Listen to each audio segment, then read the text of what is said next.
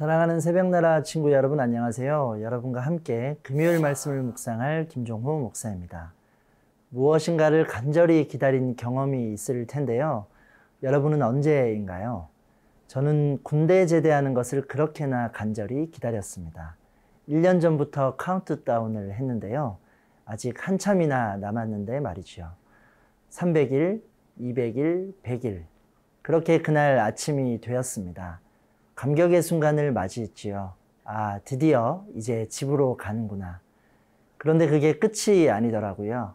저의 감격을 이어갈 수 있는 일상의 준비를 해야 했습니다. 오늘 말씀의 제목은 감격의 시간, 정돈할 시간입니다.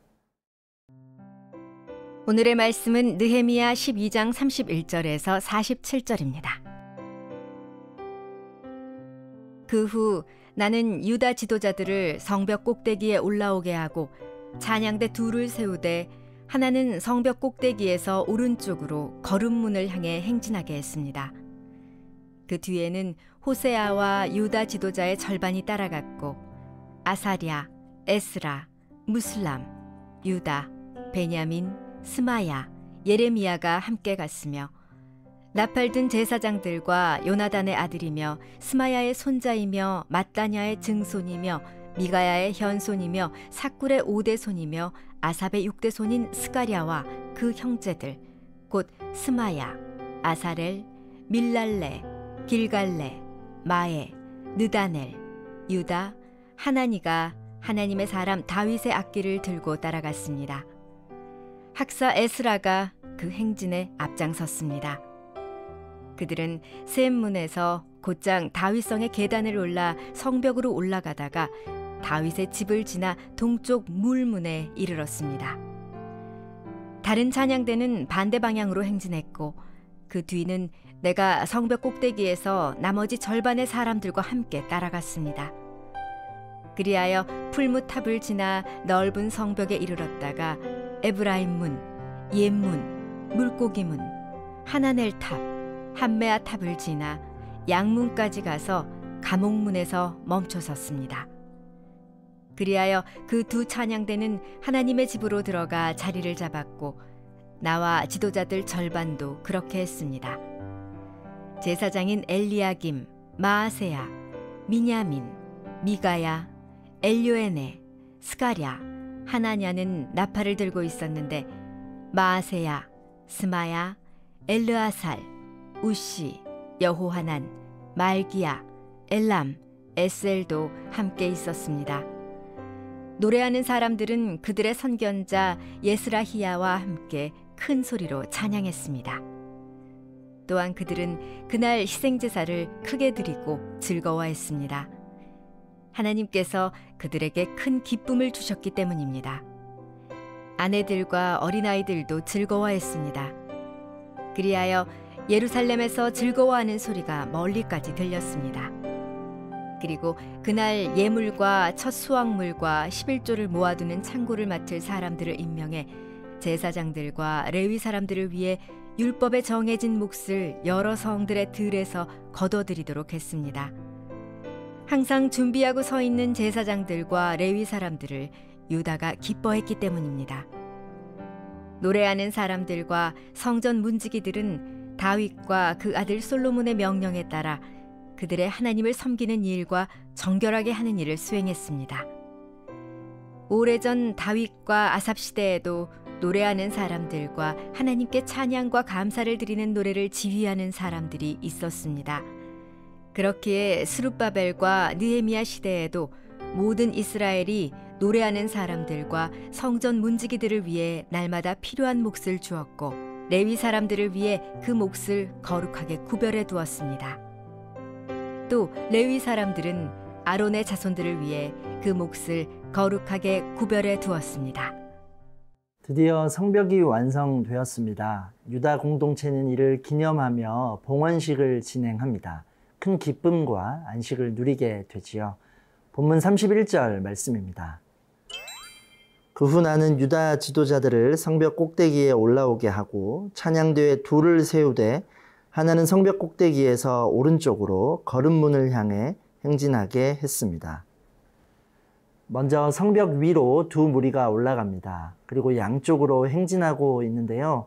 성벽의 안전을 확인하며 하나님의 능력을 선포하고 있는 모습입니다. 두 무리가 양쪽으로 걸어가 성전 앞에서 모입니다. 찬양대가 앞서고 지도자와 제사장이 뒤를 따릅니다. 어제 본문에서 살펴본 것처럼 이들은 가장 먼저 스스로를 정결하게 했는데요. 지도자와 백성, 성문과 성벽까지 깨끗하게 했지요. 정결하게 된 지도자와 백성이 정결하게 된 성벽 위를 지나 거룩한 성전으로 들어가는 멋진 행진이지요. 행진하는 내내 찬양의 소리가 울려 퍼집니다. 하나님을 향한 감사의 고백입니다. 온 예루살렘을 하나님께 올려드리는 영광의 시간이 되었지요. 하나님은 백성들에게 큰 기쁨을 주십니다. 본문 43절 말씀입니다. 또한 그들은 그날 희생제사를 크게 드리고 즐거워했습니다. 하나님께서 그들에게 큰 기쁨을 주셨기 때문입니다. 아내들과 어린아이들도 즐거워했습니다. 그리하여 예루살렘에서 즐거워하는 소리가 멀리까지 들렸습니다. 이처럼 성벽 봉헌식은 유다 공동체의 모든 구성원의 축제가 되었습니다. 남녀노소 모두가 기뻐하는 순간임을 보게 되지요. 성벽을 다시 세우는 일은 쉽지 않았습니다. 방해하는 세력과 협박이 있었지요. 힘겨운 현실에 지치기도 했을 것입니다. 그러나 결국 기다리던 순간을 맞이합니다.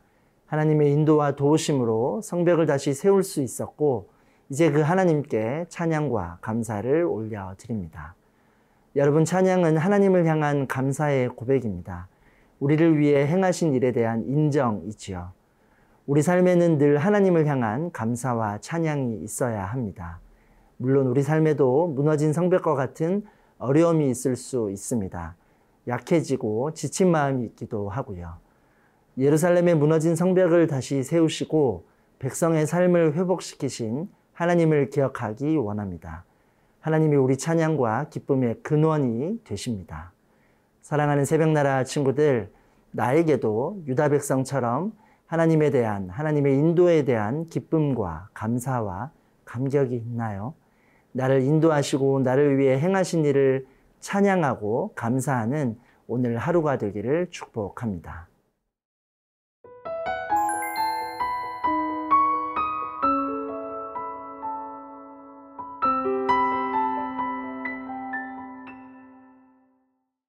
느헤미야는 성벽 완성으로 안도하지 않습니다. 공동체를 위해 필요한 다음 일을 해 나가게 되는데요. 본문 44절 말씀입니다. 그리고 그날 예물과 첫 수확물과 11조를 모아두는 창고를 맡은 사람들을 임명해 제사장들과 레위 사람들을 위해 율법에 정해진 몫을 여러 성들의 들에서 거둬들이도록 했습니다. 항상 준비하고 서 있는 제사장들과 레위 사람들을 유다가 기뻐했기 때문입니다. 성전과 성벽이 회복되었습니다. 하나님을 찬양하며 감격과 기쁨을 누리고 있습니다. 그러나 이것이 끝은 아니지요. 예배의 기쁨을 이어가는 중요한 일이 또 있습니다. 먼저 성전을 섬기는 사람들의 필요를 살피고 있습니다. 그들의 몫을 보장하고 섬기려 하는데요. 11조와 제물을 드리기로 결단하죠. 이것은 율법에 정해진 대로 그들의 양식이 됩니다. 성전 봉사자들의 생활 안정은 예배의 지속과 연결되는 부분입니다. 성전을 섬기는 일에 집중할 수 있기 때문입니다. 제사장과 레위 사람들은 직무를 감당하는 데 힘씁니다. 다윗과 솔로몬의 명령에 따라 수행했다고 하는데요. 이스라엘 역사 가운데 하나님을 가장 온전히 믿고 섬긴 때로 돌아가겠다는 의지를 보여주고 있지요. 그 시대에는 찬양을 가르치는 사람이 따로 있을 정도라고 합니다. 감사와 찬송이 전문적으로 이루어진 것인데요. 하나님을 찬양하고 예배하는데 얼마나 힘을 다한 것인지를 보여주고 있습니다. 이렇게 성전과 예배가 정상화되도록 필요한 일들을 해 나가고 있습니다. 여러분, 우리의 믿음도 마찬가지입니다. 감격의 시간 이후에도 일상으로 기쁨을 이어가는 노력이 필요하지요. 예배를 통해 찬양의 기쁨과 은혜를 경험합니다. 캠프와 수련회로 감격의 시간을 마주하기도 하고요. 그러나 그 시간이 끝은 아닙니다. 그 자리를 지켜나가기 위한 우리의 일상을 정돈하고 함께 지켜나가야 하는 것인데요. 우리 삶의 영역에서 거룩한 지경을 넓혀가는 여러분이 될 수 있기를 소망합니다. 일상을 정돈하며 은혜를 지켜나가는 삶이 되기 원합니다. 사랑하는 새벽나라 친구들, 하나님과의 교제를 지켜내기 위해 우리 일상에서 반드시 지켜야 할 방법을 생각해 본다면 무엇이 있을까요? 주변을 살펴보며 함께 기도하는 교제와 공동체를 소망하며 구하는 여러분이 되기를 축복합니다. 사랑의 하나님, 죄로 인해 넘어지고 무너지는 우리를 영원한 사랑으로 붙들어 주셔서 감사합니다. 마음과 힘과 뜻을 다해 하나님을 찬양하며 예배하는 우리가 되게 하시고 받은 은혜를 일상에 흘러보내며 주님을 나타내는 오늘 하루가 되게 하여 주소서. 예수님의 이름으로 기도합니다. 아멘.